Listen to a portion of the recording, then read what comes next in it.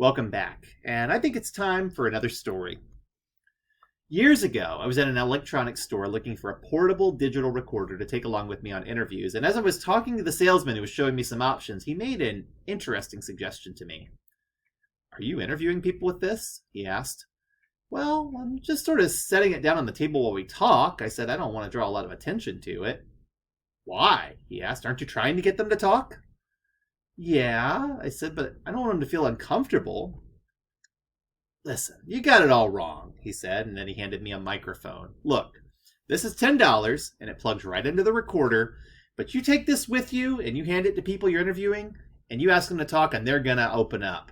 Put a microphone in their hand, and you'll be surprised how much they want to talk, in fact." I thought about what he was saying, and, he was absolutely right.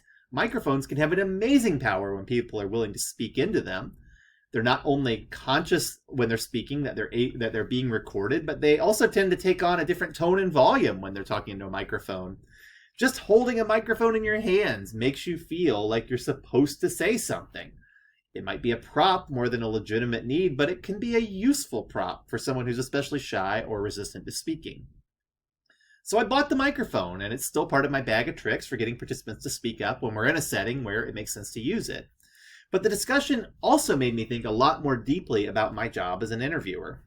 You see, being an effective interviewer is about much more than just asking people questions. It's about taking them on a journey where they're able to feel like they're going to be able to speak without fear or reprisal or judgment. And when it's done right, it's amazingly engaging and fun. There are a few times in our lives where we really get a chance to open up and say what we really think. And a good interviewer makes a participant feel like everything that's being said is important and valuable. But as the interviewer, you also need to really strive to exhibit traits that display a high level of emotional intelligence. You need to have empathy for the other person so they will be willing to open up. You need to have understanding about what it's like to be in their shoes and how the dynamics of the entire interview are impacting them. And most of all, you need to have some leadership skills, directing them through the interview to accomplish your goals as an interviewer rather than simply digressing into a pleasant but pointless conversation. As we discussed in the previous lecture, one of the most important things you can do is to create an environment where your participant feels like you are truly listening. You can accomplish this with some good habits, which I'll cover in just a moment, but I also want to comment on one of the tips I often see, and which I happen to disagree with, which is the idea that you need to make a participant overly comfortable or cater to their needs so they can focus on the conversation at hand. This might include having big overstuffed chairs or giving them snacks and beverages or things like that. That sounds good in theory, but the truth of the matter is the comfort of the participant is not what drives the success of your interview. It's their engagement with the process. If you're conducting an interview in a place where there are many distractions competing for their attention and your interview is boring, which is the cardinal sin of all interviewing, by the way, you're of course going to get bad results, but you can ask astoundingly boring questions in a busy environment and still get great answers if your participant is willing to engage with you. And you can also do so in an environment that isn't ideal or optimal. Now, at the same time, there's a reason why we try to make people comfortable, and that's because we often can't control for all of the things that are going on that might make them less ideal participants. And, I've actually found that some interviews work much better on the phone or in a video chat because the participant can take that interview from a place where they're already comfortable and then they can focus on the conversation at hand. Often, the stress of having to be someplace and meet in person puts participants a little bit on edge and makes them have a harder time settling down for an interview. While just talking on the phone or on a video chat can quickly normalize into a productive discussion. Another advantage of doing remote interviewing is that your participants don't feel as strong of a need to present themselves well in terms of being dressed up, wearing makeup, having their hair immaculately brushed, and so forth. They can take phone calls from just about anywhere, and at RPG where I work, we've taken them when people are in the car or out on a walk or even on the golf course. And video chats also don't require nearly as much attention to detail as being in person. You only really have to focus on the top frame, right? The participants also don't have to worry about finding someone to watch their child or their pet or elderly relative or attend to whatever other responsibilities that they may have. Again, it's about being understanding of your participant. You need to weigh the pros and cons of the dynamic that you want to set up and make things comfortable for your participant so that they will feel like you care about them and their needs. But you don't have to make them too comfortable, just comfortable enough. The more engaging you can make your interviewing and the better a participant feels like you're listening, the less you need to worry about the environment. Being a good interviewer often also means having a likable personality and building a strong rapport with others. And I want to point out that while this comes more naturally to some people than others, anybody can develop good social skills if they're willing to take the time to learn and practice. I, myself, am what you call an extroverted introvert. I enjoy solitude. I like being able to focus on my own thoughts and my personal hobbies, but I have developed a more extroverted public persona I can utilize when I need to interact with others. It really is something you can turn on and off because it's a tool and it's a skill. If you can utilize some of the following habits, no matter how introverted you feel you are, you will be a more effective interviewer. First, use natural social cues to help show that you're friendly and non-threatening. Smile sincerely and nod as you're listening. This helps to show that you're interested. Laughing when a participant laughs is a good skill because it helps to relieve tension. And mirroring the participant's body language, say, leaning in when they lean in, or nodding when they nod, helps to build rapport. Just be careful to practice these skills ahead of time and make them seem natural. There's nothing more off-putting than someone trying to be friendly when it's clear that they're not practiced at it. And I often try to think about Andy Bernard in the show The Office, where Andy decides that he's going to try to make friends with people by using tricks that he's picked up to establish his winning personality. He uses mirroring and repetition and attempts at lame humor. And he uses them to such a fault that the only really clueless and needy people, like Michael Scott, are willing to fall for it. I would also recommend not taking many notes, if any, while interviewing people, because it deadens the conversation flow and it can make your participant obsess about why you are or are not taking notes when you say things. Either you have a note taker present or record the interview and take notes later.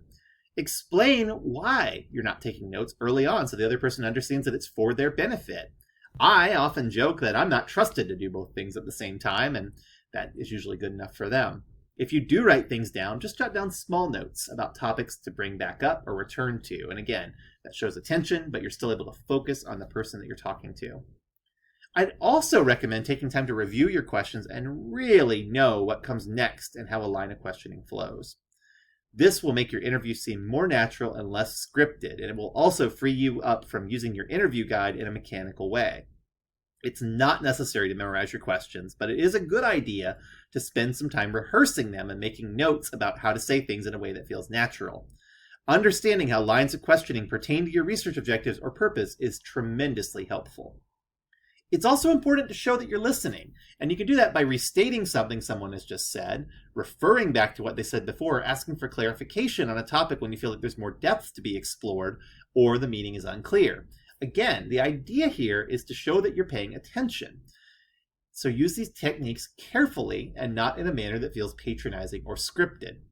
I often find repeating or restating what people just said is great when it's combined with something that's meant to be surprising or a joke. So if they say something that is kind of an offhand joke or an offhand comment, restating it and laughing a little bit or giving a look or something along those lines makes a big difference because it creates a natural reaction on my part. I may also nod as I repeat what they said, showing that I'm taking it in and understanding it more deeply. And again, the key is not to do this unnaturally. If you develop these habits, they'll not only manifest in your behaviors, but you'll really feel them as you're interviewing. You won't have to think about them. They'll help you be a better and more attentive listener, and these things will come naturally to you in the process. As I mentioned in the previous lecture, interviewers have a number of skills they can use in the form of stimuli or exercises. And here are a few exercises you can utilize in interviews. One of those techniques is known as anchoring. And anchoring is where you ask participants to write an idea down so that it's anchored to a piece of paper and then to describe it. And that gives them kind of an ability to get what's top of mind down on paper and then to explain it to you in a manner that feels a little bit more organic. It's a great technique, especially when you want to try to capture that good top of mind information. It also makes for great data you can collect and report back to your client right away. The problem, though, is with anchoring, you often need to make sure your exercise is simple and easy for your participants to articulate. So you can't have them anchor really complex ideas usually. Another thing that you can have them do is a stimulus exercise where you introduce a stimulus, which could be an image or some words or a video or something along those lines. And then you ask a participant to respond to it in some way. The problem with stimulus exercises, though, is we usually want those stimuli to provoke people to tell us something deep and meaningful. But what they often do instead is they offer a shallow assessment of the stimulus itself and not of the ideas that it represents. So you have to work hard with them in order to get them to respond deeply. And even then, sometimes you feel like they're making stuff up. So you have to be careful with those exercises. Projectives have much the same problem. Projectives can use a stimulus or idea to ask a participant to project onto it. So not just to tell you what they see, but to also kind of tell you how it interacts with them, or what kind of person might like this, or how it might relate to other things that they know. The problem with projectives, as we've talked about in earlier sections of this class, is that they are interpretive. They don't work well for less creative individuals, and literal-minded people have a very difficult time with them in particular, because they're just not able to take the things that they're seeing and then use them in a more creative or imaginative context. Another exercise that we can try is storytelling, or using an imaginary friend, where we ask a participant to just tell a story, maybe make-believe one about products or services or brands or things like that.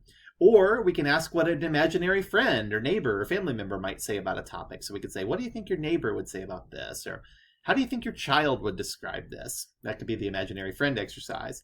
Again, very difficult for a literal-minded person because it's a highly creative type of technique, and the result is that the data tend to be very interpretive.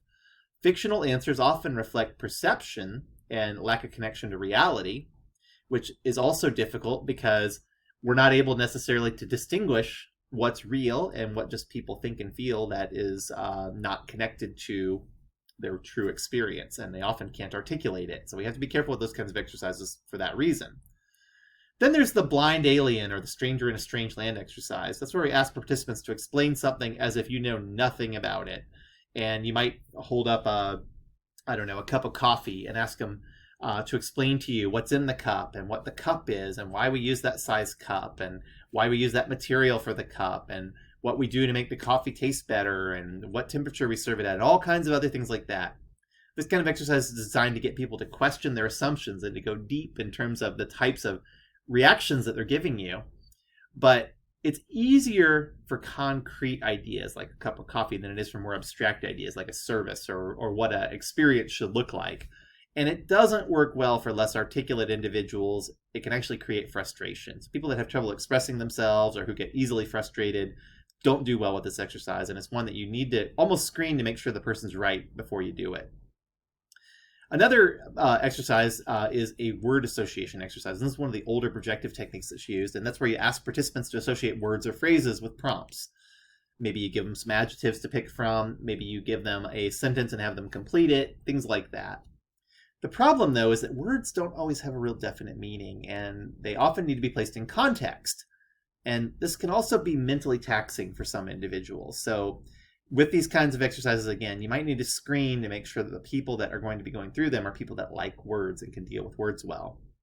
And then creative exercises like collaging became very popular about 15 or 20 years ago. They were kind of all the rage for a while. They've kind of died down since.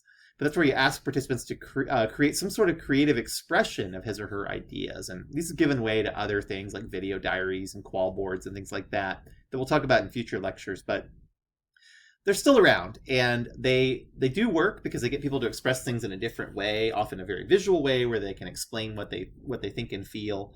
But again, challenging for individuals who feel less creative. They're time consuming. They're really difficult to analyze. And a lot of times they don't produce insights that are that much better or different than what you get from other techniques. So I tend to find that they are not that worthwhile. Well, anyway, I hope you've enjoyed going through these techniques, and I hope you found a lot of inspiration in them. In our next lecture, we're going to talk about some practical interviewing tips.